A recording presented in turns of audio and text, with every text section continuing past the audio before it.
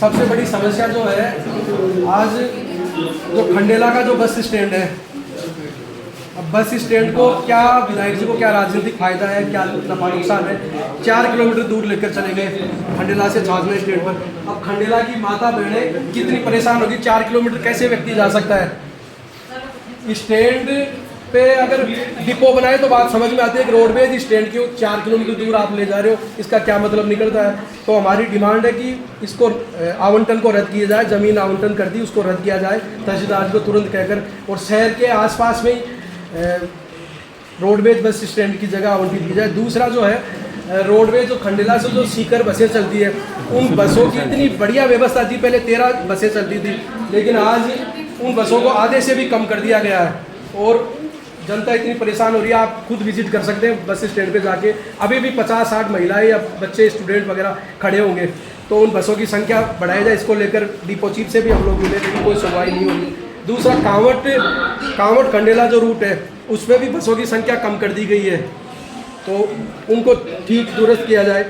एक शहर में जगह जगह 4-5 जगह जगह वार्डों के अंदर सफाई की इतनी लचर व्यवस्था हो रखी है, सफाई का बुरा हाल है। आप वार्डों की, हमारे पास मोबाइल में फुटेज है, आप देखो कि इतना ढेर लग रहा है, कचरा कोई उठाने वाला ही नहीं जा रहा। तो सफाई व्यवस्था दुरुस्त की जाए।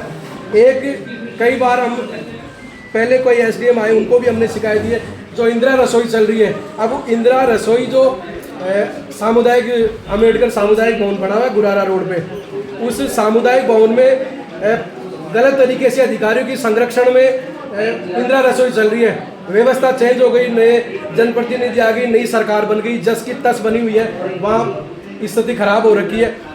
सामुदायिक भवन तो उसको सामुदायिक रूप से उसका काम उपयोग होना चाहिए। किसी को इंदिरा रसोई चला, वो अन्नपूर्णा रसोई चलाने के लिए थोड़ी सामुदायिक भवन बनाया है, किराए पे लेकर कहीं भी रहे वो, तो तुरंत आज ही उसको हटाया जाए, ये हमारी डिमांड है।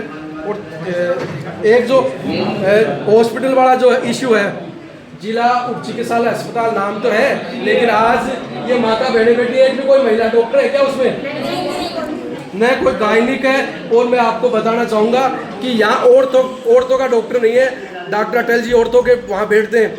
अब जब औरतों को मेरी हड्डी का ही बता रहा हूँ मैं, तो अगर वो बैठते हैं औरतों का काम करते हैं, तो पेशेंट को वहाँ देखते भी नहीं है, छोटी सी पट्टी भी नहीं बांधते, सीधा आपके निजी क्लिनिक में भेजते हैं वहाँ कि वहाँ जाओ। वहाँ कोई गरीब मजदूर के चोट लग गई तो वहाँ 1500-2000 रुपये उसके खर्च होते हैं। अगर यहाँ तो खैर तो देखना ही बंद करे, वो अपना काम वो करे।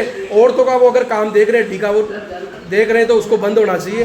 तो इस तरह पेशेंट है भी, ये पेशेंट खड़े देखो, इनके बच्चे को लिखा गया हो, लेकिन वो लिख दिया और कर दिया और फिर बात तो अगर इलाज नहीं, क्या मतलब है। फिर वहाँ जाएंगे तो 2000 रुपये खर्च होते, पट्टा बांध दिया, वो बांध दिया, इनके साथ वो पूछिए आप। तो अव्यवस्थाएं लगातार बनी हुई है यहाँ। एक जो मैं बताना चाहूँगा, आप हॉस्पिटल का भी विजिट कर सकते हैं। हॉस्पिटल का जो मुख्य गेट है, उस मुख्य गेट के ऊपर ही पर्चियाँ काटी जा रही है। सुबह सुबह की स्थिति होती है, कम से कम 100-200 महिलाएं, बच्चे, जो भी पेशेंट है, वो गेट के ऊपर खड़े होते हैं, अंदर कोई जा नहीं सकता। उस काउंटर को बाहर शिफ्ट किया जाए, छोटी सी व्यवस्था उसको ही ठीक नहीं कर रहे। काउंटर को केवल बाहर शिफ्ट करना, खाली जगह भी पड़ी है उसको शिफ्ट नहीं करनी है, उसको शिफ्टिंग नहीं कर रहे। एक ब्लड बैंक के लिए लगातार कई दिनों से मांग हो रही है। छोटे छोटे आप हड्डी वाली अगर बात करें कि चोट लग जाए तो इलाज नहीं, और किसी का ऑपरेशन हो तो इलाज नहीं, ब्लड के लिए इतनी जयपुर सीकर थोड़ी जाएगा कोई व्यक्ति।